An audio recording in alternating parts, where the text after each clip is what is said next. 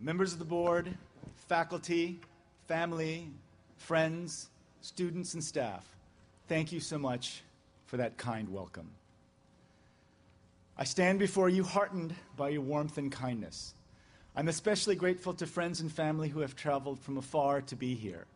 Your presence today means more to me than you can know.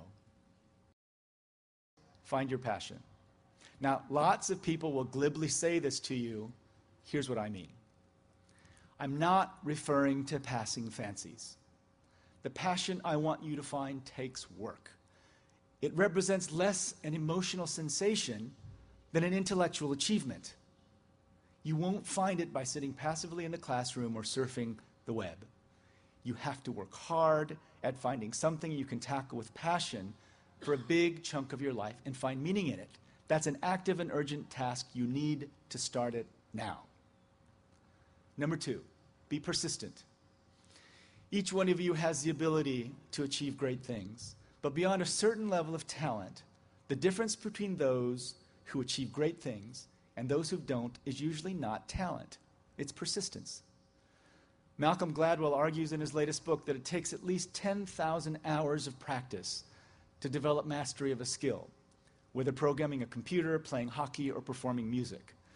My mentor in clinical medicine used to tell me, quoting a 17th century philosopher, that all things excellent are difficult and rare. Understand that when you find your passion, the beginning will be frustrating precisely because all things great are difficult and rare. Optimism and persistence come from understanding that the hard work of mastery holds true for everyone. Number 3, pursue knowledge seriously. I don't mean take yourself seriously. I mean take seriously the importance of figuring out how you learn best. Some people learn best through direct dialogue with a faculty mentor. For others, collaborative work with a group of peers works best. Visual representations or mathematical formulas help some people master key concepts. For others, the flow of descriptive language brings clarity. Figure out what works best for you, and be forewarned. If I meet you crossing the green later this fall and ask you what works best for you when you're trying to learn something, I expect a clear answer. Fourth and finally, think big. In fact, think about the whole planet. As John Sloan Dickey said so powerfully, embrace the world's troubles as your own. You are exceptional people.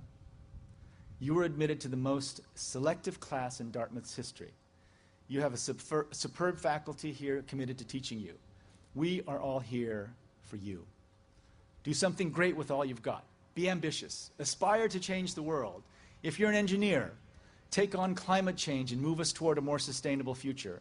If you're a musician, play or write something that truly moves people. And if you play football, beat Harvard.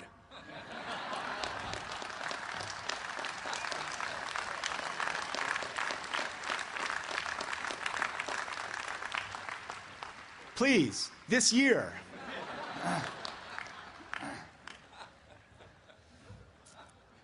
As an old teacher, I like to make things simple to remember. During your 4 years here, remember these 4 Ps. Find your passion. Be persistent in achieving mastery.